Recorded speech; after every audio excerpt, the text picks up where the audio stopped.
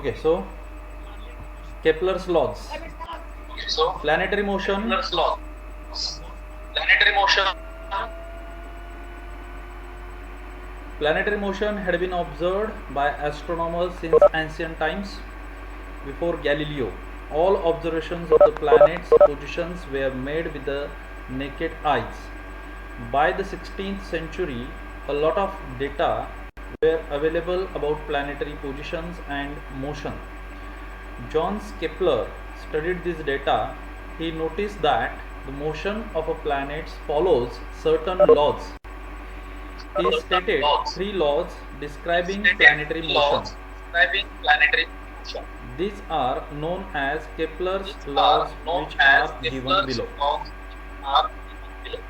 Okay, so before the Galileo, all the astronomers they observed.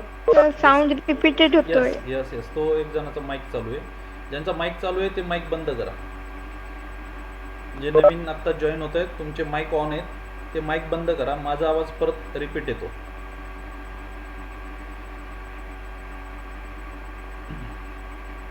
Okay, so before Galileo, that all the observations in the sky and the planets, they are with a naked eyes, and after the discovery of a telescope, then there are a lot of data is available about the planets and the planetary motion. Kepler studied this data and describing the three laws, stated the three laws that describes the planetary motion. Okay, now we are going to discuss about these Kepler's laws. Do you know an ellipse is the curve obtained when a cone is cut by an inclined plane. आता आपल्याला जे planetary motion जी बघायची, planetary मोशनमध्ये आपल्याला ellipse हा शब्द येणार आहे. तर इलिप्स जे तुमचं जे काही मॅथमॅटिक्समध्ये वगैरे आहे त्याच्याबद्दल तुम्हाला बऱ्यापैकी माहिती असेल. ओके, सो काय इलिप्स काय? An ellipse is a curve obtained when a cone is cut by inclined plane. हा कोन आहे, हां ज्याला आपण मराठी शंकू म्हणतो. हा एखाद्या इन्क्लाइंड प्लेनमध्ये जर का कट केला तर जो काही आकार आपल्याला मिळणार आहे हा या ठिकाणी असणारा आकार म्हणजेच हा या ठिकाणी असलेला जो काही आकार आहे हा याला आपण इलिप्स म्हणणार आहेत. Okay, the sum of the distances it has two focal points. Ellipse जो आहे it has a two focal points. The sum of the distances of two focal points from every point on the curve is constant. See, F1 and F2 are the two focal points of this ellipse. हा एक ellipse आहे म्हणजे एक कोन आहे. या कोनला आपण inclined plain मध्ये जर का कट केलं तर जो आकार आपल्याला भेटेल तो आकार म्हणजे या ठिकाणी हा इलिप्स आहे. त्या इलिप्सला दोन फोकल पॉईंट आहेत, F1 आणि F2. हे दोन फोकल पॉईंट आहे त्याचे. The sum of the distances to the two focal points from every point on the curve is constant. प्रत्येक पॉईंटवरून इथलचं असणारं जे काही डिस्टन्स आहे ह्या फोकल पॉईंटचं, त्या प्रत्येक पॉईंटवरून त्या फोकल पॉईंटचं असलेलं जे काही डिस्टन्स असतं याची जी काही सम आहे सरासरी त्याची जी बेरीज असणार आहे इट इज कॉन्स्टंट. अरे विनाकारण गुड मॉर्निंगचे मेसेज करू नका. काय चॅट काय आपण चॅटिंगसाठी चालू केलं आहे का? हां चॅटिंग करायला लागलो का इथं? कशासाठी मेसेज करताय उगा विनाकारण हाय अँड गुड मॉर्निंग? काही प्रॉब्लेम असेल तुम्हाला तर माईक ऑन करण्याच्या ऐवजी फक्त चॅटवरती सांगा. ते नंतर तुम्ही मेसेज करा ना तुमच्या मित्रांना. The sum of the distances of the two focal points from every point on the curve is constant.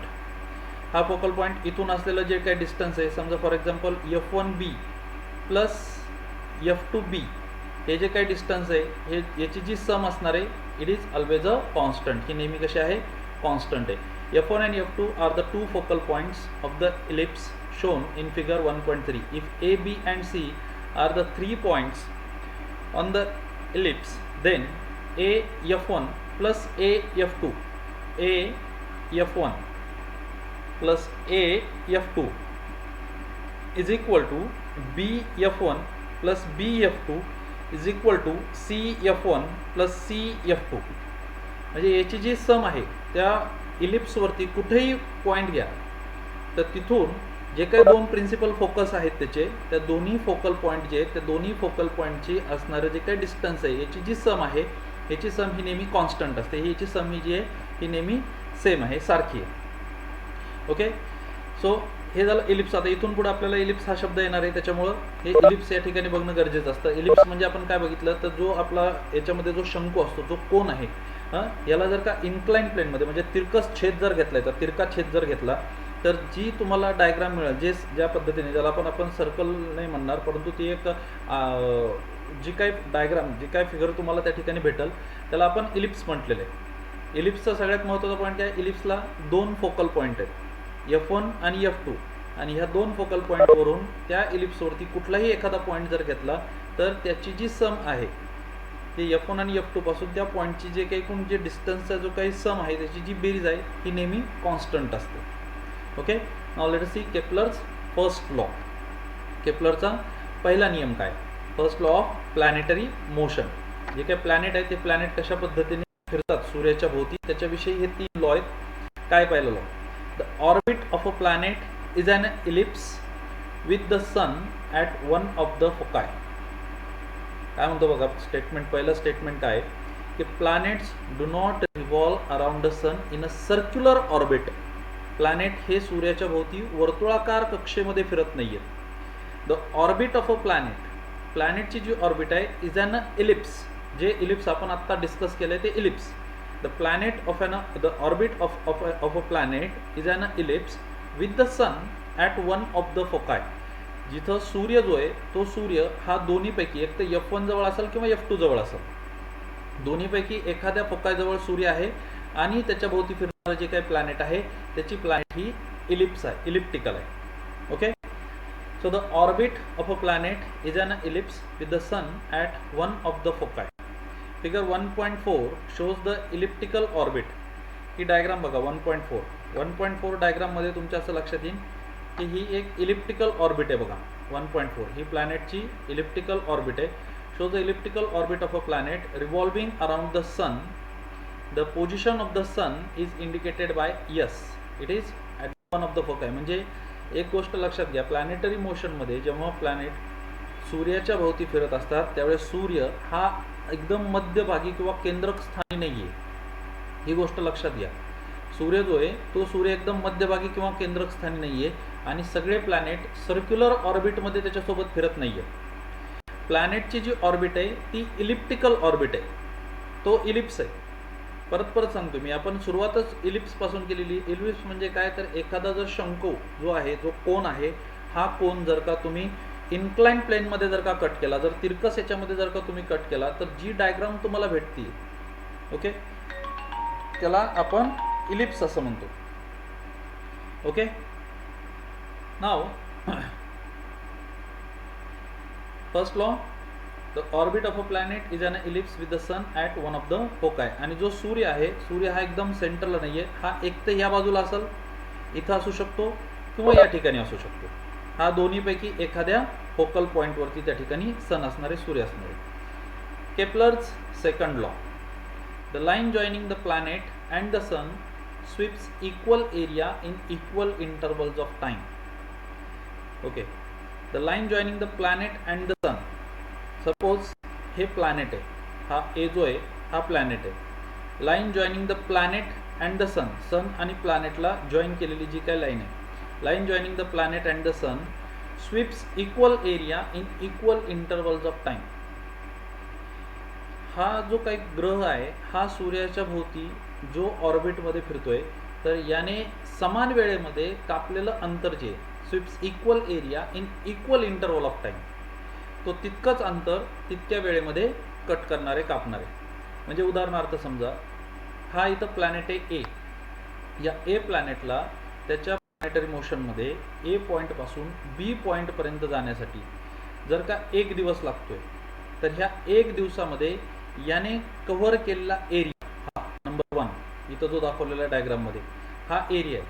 हा जो एरिया आहे हा एरिया तितकंच अंतर जर तो प्लॅनेट समजा इथं सी वर आहे आणि सी पासून त्याला डी पर्यंत जाऊस तर जर त्याला 1 दिवसाचा कालावधी जर लागत असेल किंवा एका दिवसामध्ये तो सी पासून डी पर्यंत जर गेला तर सी पासून डी पर्यंत जाऊस तर त्याने कव्हर केलेला जो एरिया आहे हा एरिया आणि हा एरिया हा कायम सेम असणार, सारखा असणार आहे.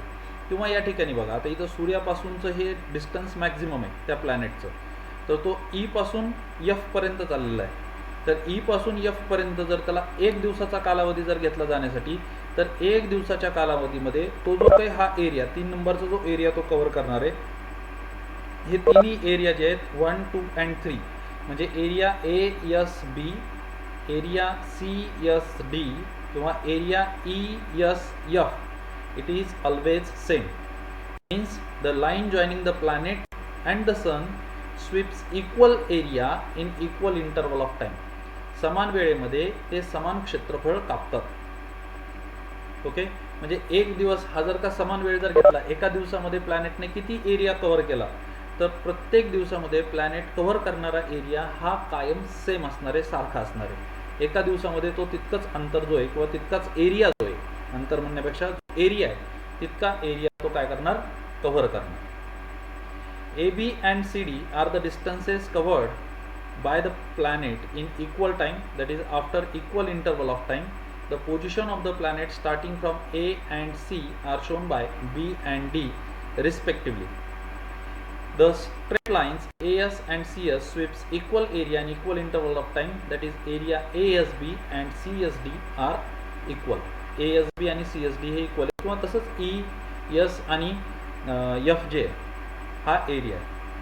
म्हणजे बघा, पहिला लॉ आहे, the orbit of a planet is an ellipse with the sun at one of the foci. Sun हा दोन्हीपैकी एका फोकसला असन आणि जो काही ऑर्बिट आहे ही ऑर्बिट इलिप्टिकल ऑर्बिट असणार. Number 2, Kepler second law, the line joining the planet and the sun sweeps equal area in equal interval of time. समान वेळेमध्ये तो जो काही प्लॅनेट आहे तो प्लॅनेट सेम अंतर कापतो. आता मला सांगा, या 2 लॉमध्ये कुणाला काही अडचण आहे का? कुणाला असं वाटतं की मला याच्यातलं कळालं नाही? तुमचा माईक ऑन करा आणि एक जणांनी प्रश्न विचारा, जर कुणाला काही कळालं नसेल. तर हे 2 समजल्याच्या नंतर तुम्हाला तिसरा लॉ कळल काय ते, परत कन्फ्युजन नको. इलिप्स ही कन्सेप्ट कळाली, इलिप्स म्हणजे काय कळालंय, 1. नंबर 2, हे दोन्ही लॉ जे स्टेटमेंट आहेत हे कळाले का? सोपी गोष्ट लक्षात घ्या, आपले जे ग्रह आहेत, आपल्या पृथ्वीसह आपल्या सूर्याच्या भोवती फिरणारे जे ग्रह आहेत ते ग्रह कसे फिरतात, त्यांची प्लॅनेटरी मोशन कशी आहे, हे केपलर सांगतोय त्याच्या 3 नियमांच्या आधारे. पहिला जो नियम आहे त्याच्यामध्ये तो एक गोष्ट स्पष्ट करतोय की तुमची जर का असं इमॅजिनेशन असेल की सूर्य जो आहे, जनरली तुम्हाला मॉडेल तयार करायचं सांगितलं जातं सोलार सिस्टीमचं. शाळेमध्ये एखादा प्रोजेक्ट असेल 5वी 6वी 7वी वगैरे या इयत्तामध्ये तुम्हाला जर एखादा प्रोजेक्ट तयार करायला सांगितलं तर तुम्ही काय करता, सूर्य एकदम मध्यभागी ठेवता आणि बाकीचे सगळे ग्रह त्याच्या सभोवताली वर्तुळाकार याच्यामध्ये कक्षेमध्ये काढून घेता. ही तुम्ही म्हणता आपली ही सोलार सिस्टीम, बरोबर. तर या कन्सेप्टला इथं छेद गेलेला आहे. ही कन्सेप्ट जी आहे तुमची, ही कन्सेप्ट या ठिकाणी तुमची खरी जी प्लॅनेटरी मोशन आहे ती या केपलरच्या नियमाद्वारे सांगितली गेलेली आहे. की एक गोष्ट तुम्ही लक्षात घ्या की planet revolve around the sun in elliptical orbit, not a circular orbit. Circular ऑर्बिटमध्ये ते फिरत नाही आहेत, ते इलिप्टिकल ऑर्बिटमध्ये फिरते.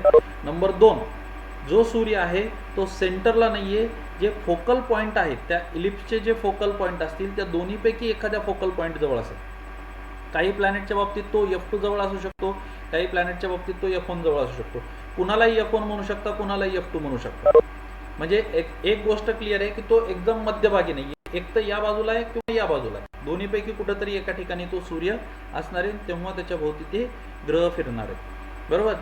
दुसरा जो स्टेटमेंट आहे, दुसऱ्या स्टेटमेंटमध्ये सांगितलेलं आहे की एका दिवसामध्ये जो प्लॅनेट एरिया जो कव्हर करतो त्या सूर्याच्या भोवती फिरत असताना एका दिवसात तो जो एरिया कव्हर करतो, हा कव्हर केलेला जो एरिया आहे हा area it is always constant, it is always same. तो एरिया नेहमी कॉन्स्टंट असतो, तो एरिया नेहमी सेम असतो. अलग लक्षात. म्हणजे इथं बघा, इथं तुम्हाला हा जो काही प्लॅनेट आहे, हा जो ग्रह आहे, हा ग्रह सूर्याच्या जवळून जाताना दिसतो. इथं हा सूर्याच्या जवळून जाताना दिसतो, तर या ठिकाणी हा सूर्याच्या लांबून जाताना दिसतो. सूर्यापासून हा जास्तीत जास्त अंतरावरती इथं.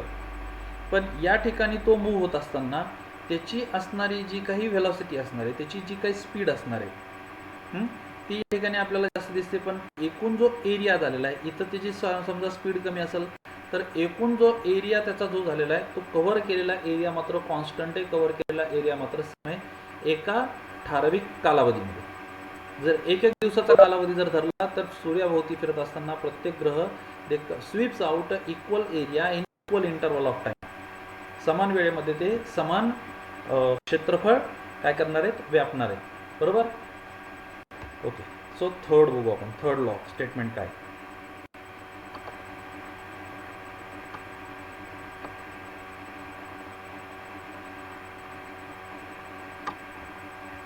Kepler's third law. The square of its period of revolution around the sun is directly proportional to the cube of the mean distance of a planet from the sun. Okay. If r is the average distance of the planet from the sun and t is its period of revolution, then t square it is directly proportional to the r cube. Okay. काय आहे बघा.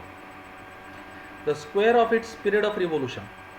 एखाद्या प्लॅनेटचा जो period of revolution असणार आहे, सूर्याच्या भोवती फिरण्याचा जो काही कालावधी आहे, square of its period of revolution around the sun it is directly proportional to the cube of the mean distance of a planet from the सन.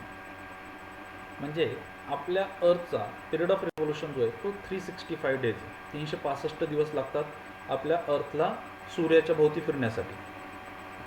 त्याचा square it is directly proportional to the, कशाशी directly proportional आहे, the mean distance of a planet from the sun. त्या ग्रहाचं सूर्यापासूनचं जे काही सरासरी अंतर जे आहे, मीन डिस्टन्स जे आहे त्याच्या घनाशी समानुपाती. लक्षात आलं का. म्हणजे एक गोष्ट लक्षात घ्या, प्लॅनेट जितका सूर्याच्या जवळ म्हणजे डिस्टन्स जितकं कमी तेवढा पिरियड ऑफ रिव्होल्यूशन पण कमी. जसं की सूर्याच्या सगळ्यात जवळचा जो काही ग्रह आहे, सगळ्यात जवळचा ग्रह आहे सूर्याचा, हा बुध ग्रह आहे जो सूर्याच्या सगळ्यात जवळ आहे. बरोबर. त्याचा पिरियड ऑफ रिव्होल्यूशन काहीतरी 84 डेज वगैरे त्याचा पिरियड ऑफ रिव्होल्यूशन आहे. बरोबर. काहीतरी पिरियड ऑफ रिव्होल्यूशन त्याचा 84 डेज वगैरे आहे. म्हणजे जितका प्लॅनेटच्या जवळ असणार आहे, प्लॅनेट जेवढा सूर्याच्या जवळ असणार आहे तेवढा त्याचा पिरियड ऑफ रिव्होल्यूशन सुद्धा काय असणार आहे, कमी असणार आहे. आणि जेवढा तो सूर्यापासून लांब अंतरावरती असणार आहे तेवढा त्याचा पिरियड ऑफ रिव्होल्यूशन सुद्धा जास्त असणार आहे. Okay. So the square of its period of revolution around the sun is directly proportional to the cube of the mean distance of a planet from the sun. त्या प्लॅनेटचा जो काही मीन distance आहे त्याच्या क्यूबशी. आता मीन डिस्टन्स म्हणजे कसं, आता वरती तुम्ही जे इलेक्ट्रिकल ऑर्बिटमध्ये बघितला, हा जो काही सूर्य आहे त्या सूर्यापासून इथलचं अंतर काय कमी, पण हा जेव्हा इथं येईल त्यावेळेस त्याचं अंतर कसं असणार, याच्यापासून जास्तीत जास्त असणार आहे. तर एकंदरीत हे वेगवेगळ्या ठिकाणी हा जो काही प्लॅनेट आहे तिथून जे असणारे जे अंतर आहे त्यात एक सरासरी घेतलेली, मीन घेतलेला आहे आणि त्याचा क्यूब याच्याशी तो समानुपाती.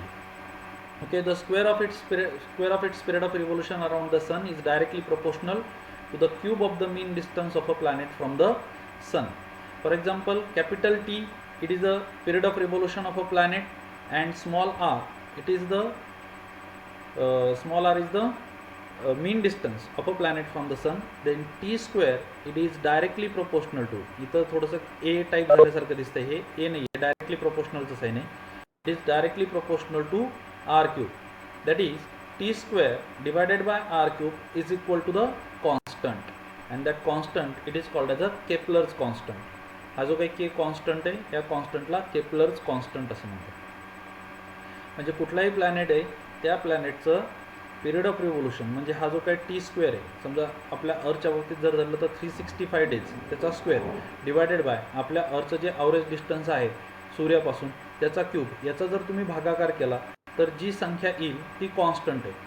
म्हणजे हे तुम्ही जर का बुध ग्रहाच्या बाबतीत जर का मर्क्युरी बाबतीत जर का तुम्ही जर का घेतलं किंवा मार्सच्या बाबतीत जर तुम्ही घेतलं तर त्याचा period of revolution divided by त्याचा डिस्टन्स याचा जो काही रेशो येणार आहे हा नेहमी एक कॉन्स्टंट असणार आहे, and that constant is called as a Kepler's constant. Kepler obtained this laws simply from the study of the position of planets obtained by regular observation. He had no explanation as to why planets obey these laws. We will see below how these laws help Newton in the formulation of his theory of gravitation. Okay, यांनी just simply त्याच्या ऑब्झर्वेशनवरून हे law त्यांनी formulate केले होते, पण याच्यासाठी त्याच्याकडे कुठलं एक्सप्लेनेशन नव्हतं की प्लॅनेट असंच का वागतात किंवा असेच रूल्स असेच लॉ कशा पद्धतीने ते फॉलो करतात किंवा कुठलंही मॅथमॅटिकल एक्सप्लेनेशन हे त्या ठिकाणी नव्हतं केपलरकडं. हां, ते मॅथमॅटिकल एक्सप्लेनेशन न्यूटनने दिलं आणि न्यूटनने जी त्याची ग्रॅव्हिटेशन थिअरी जी मांडलेली आहे त्याच्यामध्ये केपलर लॉची कशी मदत झाली त्याला, ते पण आपण याच्या पुढच्या भागामध्ये बघणार आहोत. तत्पूर्वी हे तीनही लॉ जे आहेत ते तीनही स्टेटमेंट खूप वेळेस इव्हन तुमच्या युनिट टेस्टपासून तर तुमच्या वार्षिक परीक्षेपर्यंत जर तुम्ही यावर्षीसुद्धा जर पेपर जर का बघितला 10वी सायन्स पेपर 1 जर तुम्ही पाहिला त्याच्यामध्ये सुद्धा केपलरच्या जे काही रूल्स आहेत त्याच्यावरती क्वेश्चन विचारलेला आहे. हां, हे लॉज आपल्याला बऱ्याचशा ठिकाणी विचारले गेलेले आहेत, बऱ्याचशा वेळेस विचारले गेलेले आहेत. ठीक आहे, तर आपण परत एकदा बघूया. 3 स्टेटमेंट बघितले आपण. पहिला, planets revolve around the sun in elliptical orbit where sun is at one of the foci of this ellipse. That is, the orbit of a planet is an ellipse with the sun at one of the foci. Number 2, the line joining the planet and the sun sweeps equal area in equal intervals of time. Number 3, the square of its period of revolution around the sun is directly proportional to the cube of the mean distance of the planet from the sun. That is, E square divided by R cube is equal to K, that is constant, that is called as the Kepler's constant. Okay, काही केपलरच्या याच्यामध्ये काही अडचण काही विचारा बरं.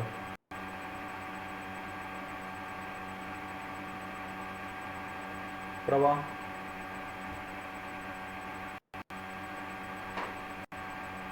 Sir ते केपलरचा दुसरा law नाही कळाला सर.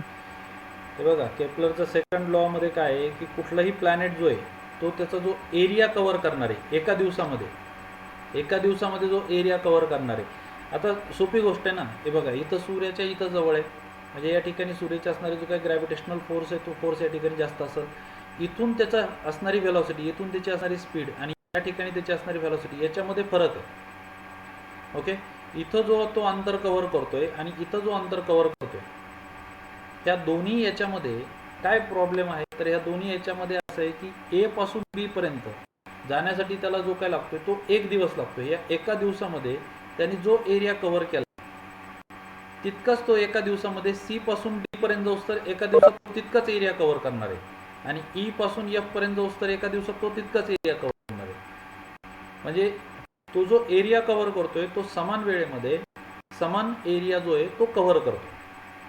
एक दिवसाचा कालावधी धरला तर एक दिवसाचा जर कालावधी धरला तर प्रत्येक दिवशी त्याने जो काही एरिया कव्हर केलेला आहे तो कव्हर केलेला एरिया सेम सारखा आहे.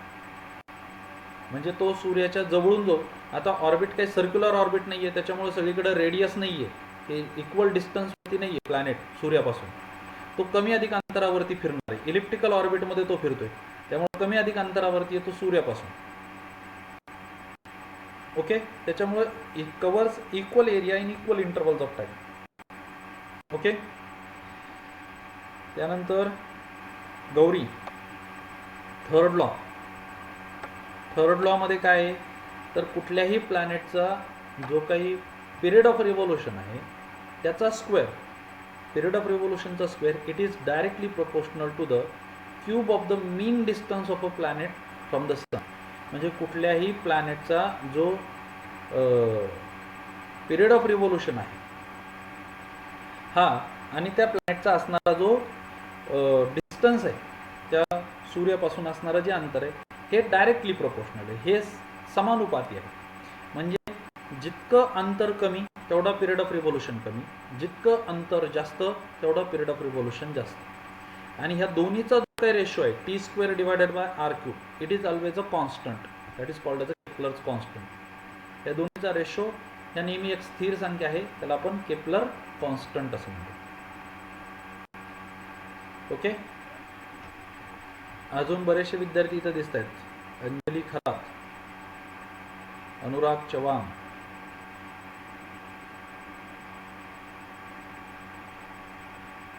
चला, 1-2 विद्यार्थी मला समोर दिसत आहेत म्हणून यांना प्रश्न विचारले. अजून कोणाला विचारायचं आहे का? केपलरचे तिन्ही नियम कळाले? Okay, now let us the next part.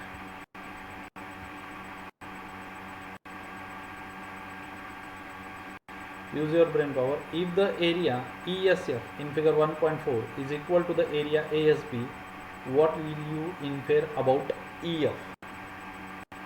जर या ठिकाणी बघा ESF हा जो काही एरिया आहे ESF figure 1.4 is equal to ASB एवढं जर असेल तर what will you infer about EF? तर तुम्ही EF बद्दल तुमचं इन्फरन्स जो आहे तो इन्फरन्स तुमचा EF बद्दल काय असणार हे तुम्हाला त्यांनी विचारलं. त्याच्यामुळे तुम्हाला तुमचं डोकं चालवायचं आहे आणि तुम्ही विचार करून मला सांगायचं आहे की तुम्हाला नेमकं याच्यावरून काय कळलं. त्याच्यात मला कळलं की तुम्हाला नेमके हे स्टेटमेंट कळलेत का नाही. कळालं कोणाला तर उद्याच्या तासामध्ये मी याचं उत्तर सांगेल तुम्हाला काय नेमकं. ठीक आहे. Newton's universal law of gravitation. After learning about the Kepler's laws, Newton's universal law of gravitation की हा न्यूटनला हा लॉ फॉर्म्युलेट करत असताना त्याला केपलरच्या 3 नियमांचा उपयोग झाला. All the above consideration including Kepler's laws led Newton to formulate his theory of universal gravity. According to this theory, every object in the universe attracts every other object with a definite force. This force, it is directly proportional to the product of the masses of the two objects and is inversely proportional to the square of the distance between them. This is a universal law of gravitation, Newton's universal law of gravitation. न्यूटनने केपलरच्या 3 नियमांचा वापर केला आणि वापर करून त्याला त्याची जी theory आहे त्याचा जो Newton's universal law of gravitation जो आहे तो त्याला फॉर्म्युलेट करता आला, तो त्याला सांगता आला. According to this theory, every object in the युनिव्हर्समध्ये असणारं कुठली एखादी वस्तू, object, every object in the universe attracts every another object, ते दुसऱ्या कुठल्याही एखाद्या ऑब्जेक्टला attracts every another object towards its center with some force. ते स्वतःच्या केंद्रकाकडे खेचून घेतं with some force, काही फोर्सने काही बलाने खेचून घेतं. न्यूटनचं बल किती आहे त्या बलाला न्यूटनने सांगितलं की that force is called as a gravitational force. मग हा ग्रॅव्हिटेशनल फोर्स कसा आहे? So this force it is directly proportional to the product of the masses of the 2 object. त्या ऑब्जेक्टच्या मासेसच्या गुणाकाराशी समानुपाती आहे and inversely proportional to the square of the distance between them. आणि त्या 2 ऑब्जेक्टच्या मध्ये असणाऱ्या अंतराच्या वर्गाशी व्यस्तानुपात. म्हणजे काय लक्षात आलं की तुमच्या? न्यूटन काय म्हणतो की ग्रॅव्हिटेशनल फोर्स किती आहे किंवा ग्रॅव्हिटेशनल फोर्स कशावरून ठरतो किंवा कशावरती तो डिपेंड आहे. Every object attracts every another object in the universe towards its centre with force. That force is called as a gravitational force. तो फोर्स किती आहे? That force is directly proportional to, तो समानुपाती आहे कशाशी? Product of the masses of this 2 object, त्या 2 ऑब्जेक्टच्या वस्तुमानाच्या गुणाकाराशी समानुपाती. म्हणजे ते जे 2 ऑब्जेक्ट असतील त्यांचं मास इतकं जास्त असेल, जेवढं प्रचंड असेल तेवढा ग्रॅव्हिटेशनल फोर्स जास्त असेल. And it is inversely proportional to, आणि तो व्यस्तानुपाती आहे. कशाशी व्यस्तानुपाती? The square of the it is inversely proportional to the square of the distance between them. त्यांच्यामध्ये असणारं जे काही अंतर आहे त्या अंतराच्या वर्गाशी व्यस्तानुपात. म्हणजे त्या 2 ऑब्जेक्टमध्ये असणारं अंतर जितकं कमी तेवढा ग्रॅव्हिटेशनल फोर्स जास्त, आणि त्यातलं अंतर जितकं जास्त तेवढा ग्रॅव्हिटेशनल फोर्स कमी. हा Newton's universal law of gravitation. Every object in the universe attracts every another object with a definite force. This force is directly proportional to the product of the masses of the 2 objects and is inversely proportional to the square of the distance between them. Okay, त्यांच्यामध्ये असणाऱ्या square व्यस्तानुपाती. आता या ठिकाणी बघा ते दिलेले कशा पद्धतीने दिले. बघा figure 1.5 shows 2 object with masses m and m2. इथं बघा 1.5 मध्ये 2 ऑब्जेक्ट आहेत. हा ऑब्जेक्ट आहे मास m1, हा दुसरा ऑब्जेक्ट आहे with mass m2, kept at a distance from one another, kept at a distance d. आता काही ठिकाणी हे डिस्टन्स r पण घेतलेले आहे. एवढं काही कन्फ्यूज व्हायचं नाही. तुम्ही तर स्मॉल r लिहू शकता किंवा d लिहू शकता. okay, kept at a distance d from each other. Mathematically, the gravitational force of attraction between these two bodies can be written as, according to this statement, F is directly proportional to m1 into m2. F जो आहे, that is the gravitational force between these two objects. दोन object मध्ये असणारा gravitational force जो आहे F, it is directly proportional to m1 and m2. ते m1 आणि m2 शी डायरेक्टली प्रोपोर्शनल आहे, and it is inversely proportional to the square of the distance. त्यांच्याशी डिस्टन्सशी काय आहे, इनवर्सली प्रोपोर्शनल आहे. ओके, आलं लक्षात? डी स्क्वेअरशी तो इनवर्सली प्रोपोर्शनल आहे. तर हे दोन्हीचं एकत्रितपणे जर आपण मांडलं तर F is directly proportional to m1 m2 divided by D square, और F is equal to capital G, where capital G is a universal constant of gravitation. हा युनिव्हर्सल कॉन्स्टंट आहे. हे एलिमिनेट, हे जे काही डायरेक्टली जे साइन आहे, हे साइन एलिमिनेट करण्यासाठी इथे कॉन्स्टंट घेतलेला आहे कॅपिटल G.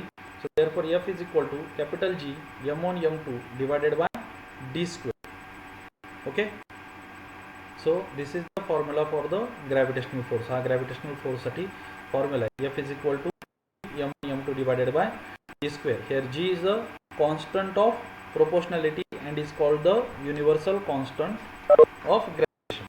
याला constant of proportionality म्हणतात आणि हा universal constant of gravitation. The above law means that if the mass of one object is doubled, the force between the two objects also doubles. म्हणजे दोन याच्यामध्ये असणारा ग्रॅव्हिटेशनल फोर्स हा त्या दोन वस्तूंमध्ये जे काही मास आहे त्याच्याशी तो डायरेक्टली प्रोपोर्शनल आहे. म्हणजे एखाद्या ऑब्जेक्टचं मास जर दुप्पट झालं तर ग्रॅव्हिटेशनल फोर्स पण दुप्पट होणार. Also if the distance is double, the force decreases by a factor of 4. पण जर त्याच्यातलं जर का डिस्टन्स जर का डबल जर झालं तर त्याच्यामधला असणारा जो फोर्स आहे इट डिक्रीजेस बाय फॅक्टर 4. म्हणजे तो फोर्स जो आहे तो 4 पटीने कमी होईल. If the two bodies are spherical, the direction of a force is always along the line joining the center of the two bodies, and the distance between the center is taken to be. In case of these two bodies are not spherical or have an irregular shape, then the direction of the force is along the line joining their center of mass, and is taken to be the distance between the two center of mass. आता जर दोन spherical body जर असतील, दोन वर्तुळाकार body जसे या वरच्या डायग्राम मध्ये आपल्याला दाखवलेले आहेत, m1 आणि m2 मास असलेल्या दोन बॉडी ह्या सर्क्युलर आहेत. त्याच्यामुळे त्या दोन्ही मधलं असणारं जे डिस्टन्स आहे, हे दोन्ही मधलं असणारं डिस्टन्स कशावरून घेतलंय तर त्यांचे सेंटर आहे, त्यांचे केंद्रक आहेत, त्या केंद्रकांच्या मधलं अंतर घेतलेलं. पण जर एखादं ऑब्जेक्ट जर का हे स्पेरिकल ऑब्जेक्ट जर नसेल, जर ते वर्तुळाकार आकारामध्ये जर का नसेल, तर त्याचं सेंटर ऑफ मास कुठे आहे? सेंटर ऑफ मास म्हणजे कुठल्याही ऑब्जेक्टमध्ये एक पॉईंट असा असतो, जर ते ऑब्जेक्ट जर ओबड जर असेल तर एखादा पॉईंट असा असतो की ज्या ठिकाणी त्या वस्तूचं सगळं मास केंद्रित झालेलं आहे, एकत्रित झालेलं आहे असं मानलं जातं. त्याला सेंटर ऑफ मास असं म्हणतात. जर दोन बॉडी हे जर स्पेरिकल ऑब्जेक्ट जर का नसतील तर त्या दोन बॉडीचे जे काही सेंटर ऑफ मास आहे त्या सेंटर ऑफ मासमध्ये असलेलं जे अंतर डी असतं ते दोन ऑब्जेक्टमध्ये असलेलं अंतर कन्सिडर केलं जातं आणि त्याच्या स्क्वेअरशी इनवर्सली प्रोपोर्शनल ग्रॅव्हिटेशनल फोर्स असतो. Okay, equation 2 it can be seen that the value of G is the gravitational force acting between the two unit masses kept at a unit distance away from each other. Thus, in SI unit, the value of G is equal to the gravitational force between the two masses of 1 gram kept 1 meter apart. आता इथं capital G ची आपल्याला definition सांगितली. Capital G काय? Universal constant of gravitation काय? It is nothing but the gravitational force between the two object of unit masses. जर दोन object 1-1 किलोचे जर का दोन ऑब्जेक्ट जर ठेवले with a distance unit distance from each other, म्हणजे दोन 1-1 किलोचे ऑब्जेक्ट जर काही 1 मीटर अंतरावरती जर एकमेकांपासून जर ठेवले तर त्यांच्यामध्ये जो ग्रॅव्हिटेशनल फोर्स असणार आहे तो ग्रॅव्हिटेशनल फोर्स म्हणजे त्याच्यामध्ये तो असलेला ग्रॅव्हिटेशनल फोर्स म्हणजेच त्या ठिकाणी कॅपिटल G आहे, universal constant of gravitation. Okay, ठीक आहे. तर हा होता लॉ. काही विचार याच्याबद्दल? काही डाऊट आहे त्याच्यात?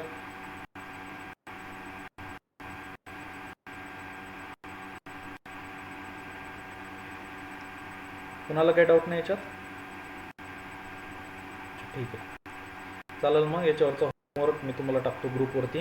हां, हे परत एकदा वाचा. दोन्ही महत्त्वाचं आहे, ते तिन्ही लॉ स्टेटमेंट महत्त्वाचं आहे. युनिव्हर्सल लॉ ऑफ ग्रॅव्हिटेशन हे सगळं आजचं लेक्चर फार महत्त्वाचं आहे.